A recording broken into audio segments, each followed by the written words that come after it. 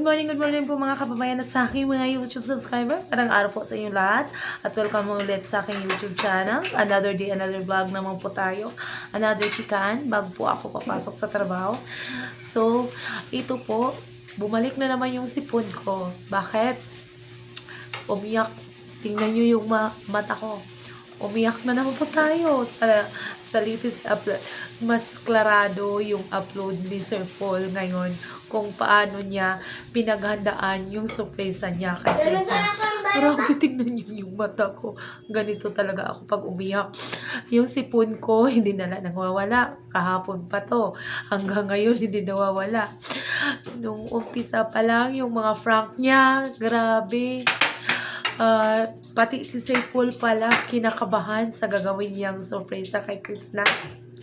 Yung ginawa niyang effort na walang tulog galing Mindoro papunta sa Davao para lang makita, nakailang sakay po si Sir Paul para lang makarating sa birthday celebration ni Inday Krishna sa araw kahapon. Sobra po talaga ang effort at makikita mo talaga na kinakabahan yung binata natin, yung Mr. Purple Yam natin. Grabe, mula umpisa yung ngiti ko hindi matatapos. Iyak na naman nung umakyat siya sa bahay ni Lola.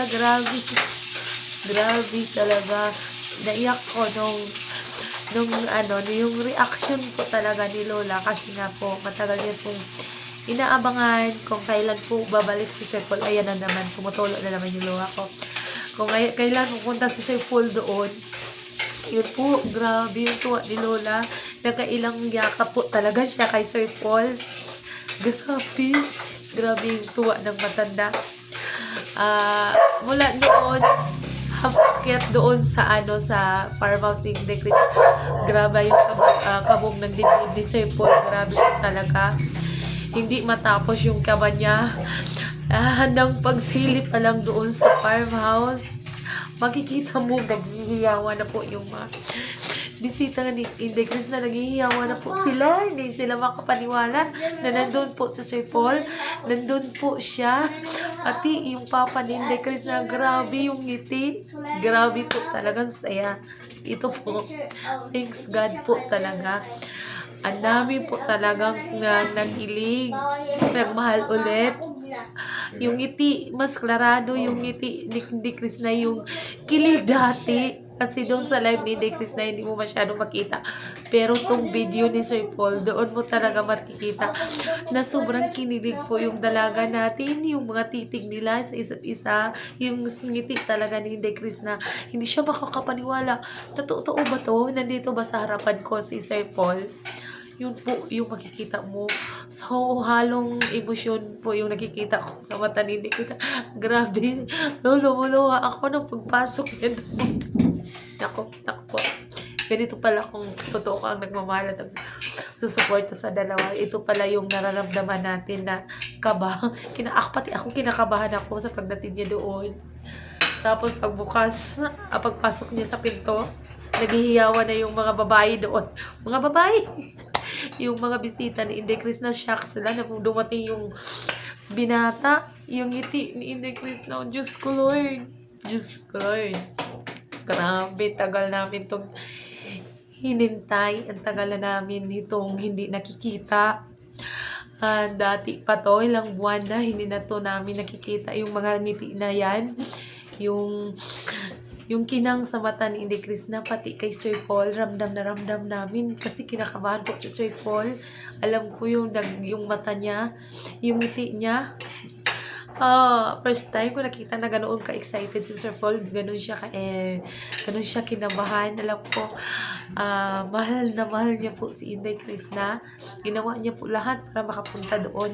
Kahit anong pagod po ginawa niya para lang makarating sa birthday ni Inday Krishna. Kaya worth it po. Mayroon pa pong part 2 sa post ni Sir Paul. Abangan niyo po. Panoorin niyo po yung part 2 sa vlog ni Pugong Biyahero. Doon mo makikita yung buong video kung gaano pinasaya at pinakilig ni Sir Paul si Krishna at gaano sila ka-happy. Lahat ng mga supporters, hindi lang si Krishna yung masaya. Lahat na nandoon, masayang masaya. Ang daming nagpapapictures. Grabe.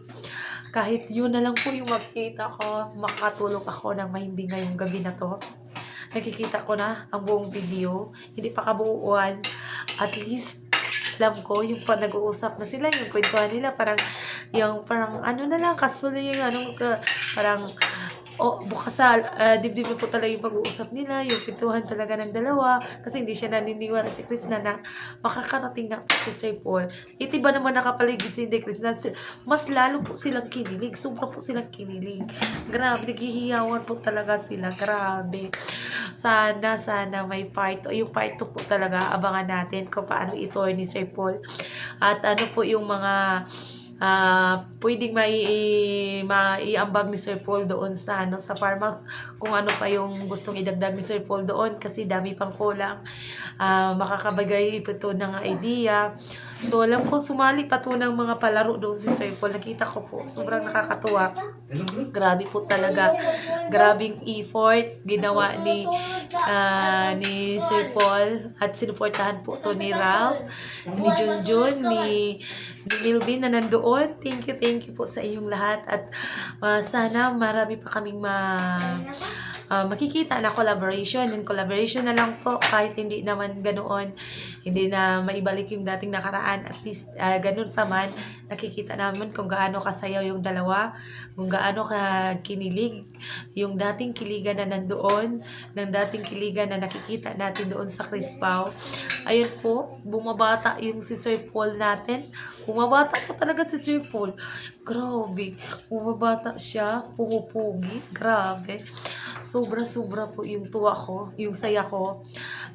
Kagabi, umiyak ko. Ngayon, umiyak na naman. Sir Paul, grabe po talaga. Grabe mixed emotion po talaga yung mga nangyari sa kaarawan ni Inday Krishna. At lahat na nag-aabang, mas masaya sila ngayon. Dami po nag-aabang ng buong video na makikita yung pagdating ni Sir Paul. Ito na po, panoorin na, hindi pa po nakapanood, panoorin nyo yung post ni Sir Paul ngayon. Meron siyang bagong update, bagong upload doon sa pagdating niya sa bahay ni Inday Krishna. Makikita nyo noon kung paano ngumiti at paano maging masaya yung dalaga natin. Pati na yung mga dalaga doon, yung mga titas. Sila pa yung unang kinilig kaysa dalaga natin. Kasi kumakain pa si Inday Krishna, hindi siya naniniwala na dadating yung ulitaw natin. Pagdating pa. Grabe yung ngiti mo dati, yung ngiti ng yung magti-taping sila ni Krishna, ganoon na mga ngiti na napasulyap-sulyap lang. Pasulyap-sulyap ka, kunwari. Yung mga pasulyap-sulyap na mga gano'n, yun yung mga namimiss natin na tambalan ng dalawa. Yan, nangyari ulit. So, happy na po ba tayo? Makakapag-move on po ba kayo? Makakapag-move on pa ba po tayo? I know way, never akong mag-move on. Till death do us part. Walang Team Violet ito forever. Crispa forever po ako.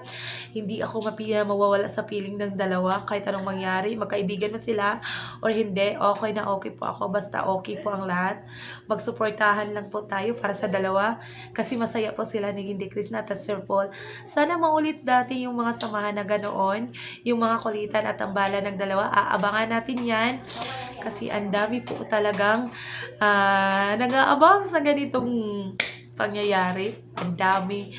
Lahat ay kumikinang na violet yung mga color na yan.